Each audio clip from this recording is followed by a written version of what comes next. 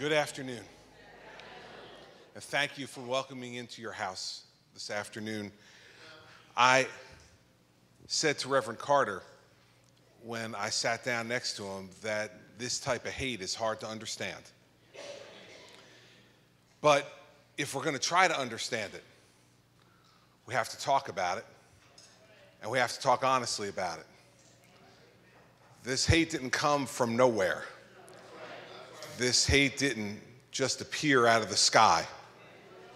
This hate comes from an awful place, and this hate is born of racism. That's what it's born of. And we must say that out loud.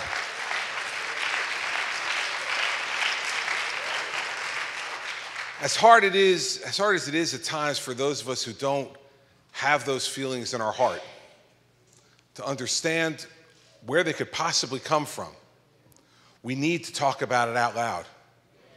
We need to inform our brothers, our sisters, our neighbors, our friends, our coworkers that this is not something that comes from some magical or mysterious place, but it comes from an awful place. And these are things that we need to talk about if we're going to fight them. I hear too many people in the last couple of days acting as if they don't understand. The problem is we do understand.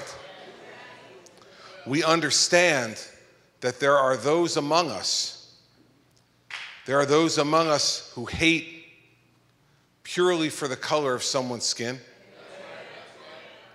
We understand there are people who hate because they don't feel God in their heart. We understand there are people who hate, and that hate results in violence and the senseless loss of life that we saw this week. There's no one of us who can fix this problem by ourselves. And that's why I was so glad that we began this service with an invocation where we were holding each other's hands. Because those hands are the hands that will do the work that needs to be done to end this type of hate.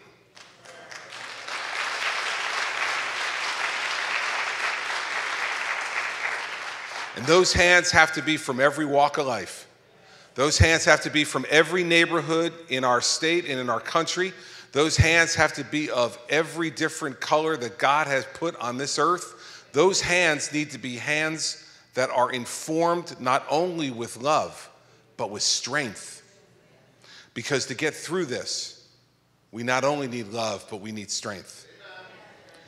And so our prayers tonight, at least mine, are for two things.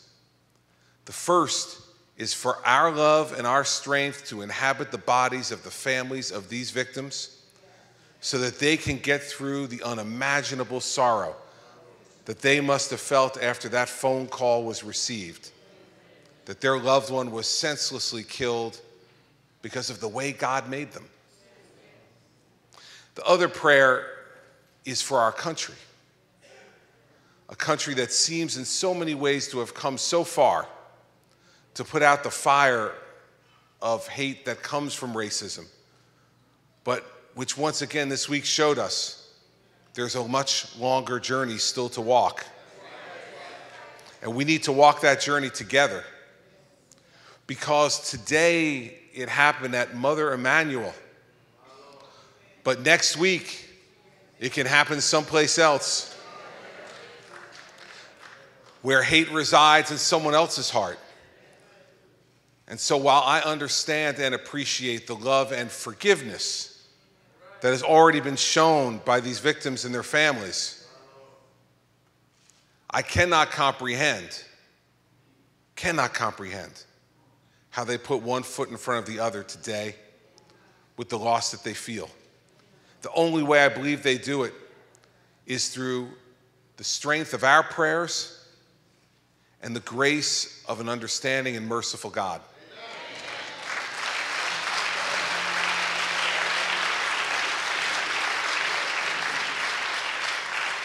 I'm here tonight I'm here tonight with all of you to let you know that I believe in my heart that the love and the faith and the strength of all the people of our state are inside this building tonight, that each person, especially on a day like today, when we think about the grace that God has given us to have loving fathers and loving children, that we understand the sense of loss that these families must feel today. So let us pray for their strength and their faith, but let us also pray for the strength and the faith and the courage that we're going to need to speak out loud. To speak out loud that this type of racism in our country is long past due to be sent away.